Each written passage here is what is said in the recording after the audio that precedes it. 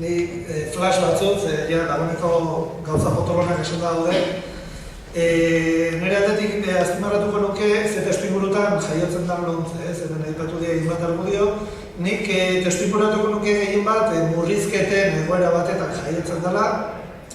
Estatua murrizketa ari da. Involuzio prozesu baten dago Estatu Espainola maila horretan, bai politikoki, bai sozialki, bai ekonomikoki ere, baita kulturalki lege honekin ikusten den moduan, eta behintzat hor testuinguratuko genuke, ez? Murrizketa guzti hauen ondorioz sortuko da jendartea, izango da jendarte eredu atzerakoi bat, eta hezkuntza sistema ere maila handi baten bideratu nahi dute, kokatu nahi dute jendarte eredu atzerakoi hori sortzea, ez? Orduan zer egin dute, dagoenekan saiatuta duten hezkuntza sistema martxan jarri nahi izatea beste behin ere, ez? Garai haietako gure aitonamonek edo gure hainbat guraso ezagutu zuten hango eskola.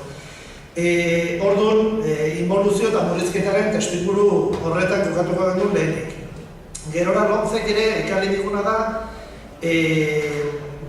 Euskal Hezkuntza Sistemaren inguruan zauden hainbat ideia bertan bera, hankaz jarri ditu, ez?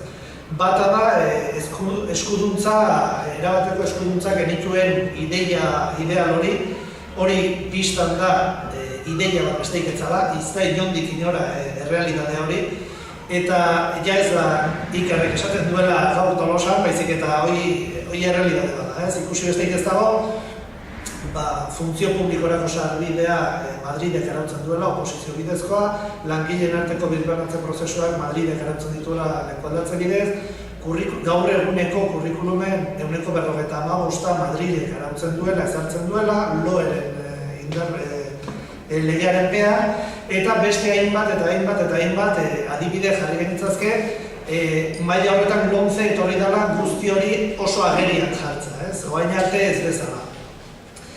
Orduan, eskuduntzen afera hori eta injerentzia maila hori gure hezkuntza sistema gaur egunekoa.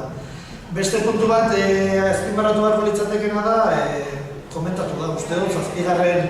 hezkuntza legearen aurrean aurkituko ginekela esparru ez unibertsitarioan. Osotasunean sektore oso hartuko bagenu irakaskuntza osoa, hasi aurrezkuntzatik eta unibertsitate mailaren artekoa, aipatu beharko genduke 11. legea izango litzatekela, 7 esparru unibertsitarioan, bat lanbide heziketan, eta beste 3 lege esparru unibertsitariari begira garatu dienak. Eta honek bataz beste ematen digu, transizio marabilloso horretatik gaur egunera arte, bataz beste 3, 4, 5 urtetik behin hezkuntzan lege bat ezartzen dela, ez?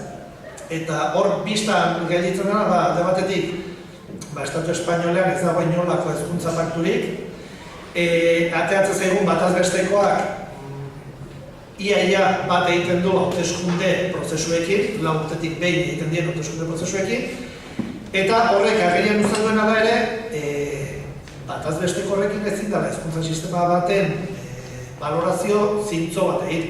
Hitz egiten ari ganako esparru ez unibertsitarioan 0-16 urte bitarteko edo 2-16 urte bitarteko ibilbide akademiko batetaz, eta hori 4 urtetik behin aldaketak ematen baldin baitugu bertan, honek eramaten baitu, ikasle X batek bere ibilbide akademiko horretan, derrigorrezko ibilbide akademiko horretan, aurkituko ditula, bataz beste 2 edo 3 hezkuntza lege sistema ezberdin, bere ibilbide horretan, ez?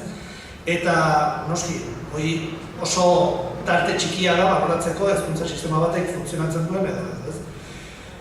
Orduan, beste aldagai hori ere markatu nahiko gendun, eta adibide bezala testuinguratzeko bataz besteko hori, adibidez Europa mailan Finlandia da hemen adibide bezala, Finlandian hezkuntza legeak bataz beste 30 urteko ibilbide aurkitzen dute. Eta alderdikeriak saihesteko, kasu honetan Estatu Espainolean hauteskundek zeinek irabazi bere hezkuntza lege propioarekin zuten da, han parlamentuaren 3 laurdenak nahita ez beharko zidan hezkuntza legea reformatzeko edo aldatzeko. Orduan, era horretara, edo gehiengo oso handi batekin jokatzen duzu, edo nahita ez herri akordio edo hezkuntza paktu baten baitan kokatu beharko zidan aldaketak. Eta ja amaitzen joateko lehenengo puntu honekin, Aipatu diego lomceren behar argudiatzerako garaian, PPk aipatu dituen argudioak, ez? Da bata izan da PISako emaitzak, gerora etako die horrein bat kontu, zein eratara hobetu nahi dituzten hauek PISako emaitzak lomceren bidez. Labur bilduz, akademikoki edo memoristikoki hobeto esan da, ez? Ikasle txarra dielako bezik eta azterketara ibiltze horretan memoristikoki zailtasuna dituzten ikasleak automatikoki sistematik aztertu eta hor geldituko dienak azterketako ariketa horretan jaio aldienak azkenen PISako emaitzak hobetu ingo die, ez? Baina hori hiruko erregla simple bat da. Baina PISako emaitzak hobetze horretan jendartearen jendartearen portzentai handi bat bidean gelditzen da, bidean utziko genuke. Eta bigarren aldagaia izango litzateke, PPk saldu duen produktua izan dela, maila horretan Estatu Espainolean zeudela 17 hezkuntz sistema ezberdin. Nahiko gendun. Ze kontutan izaten baten, lehen aipatu dituen aldagai guzti horiek, oso zalantzak geldituko litzateke kasu horretan EAEn edo Nafarroan gure hezkuntza sistema propioa gure eskuartean eduki degula baina, ez? Nahiko gendun, lehen esan dago.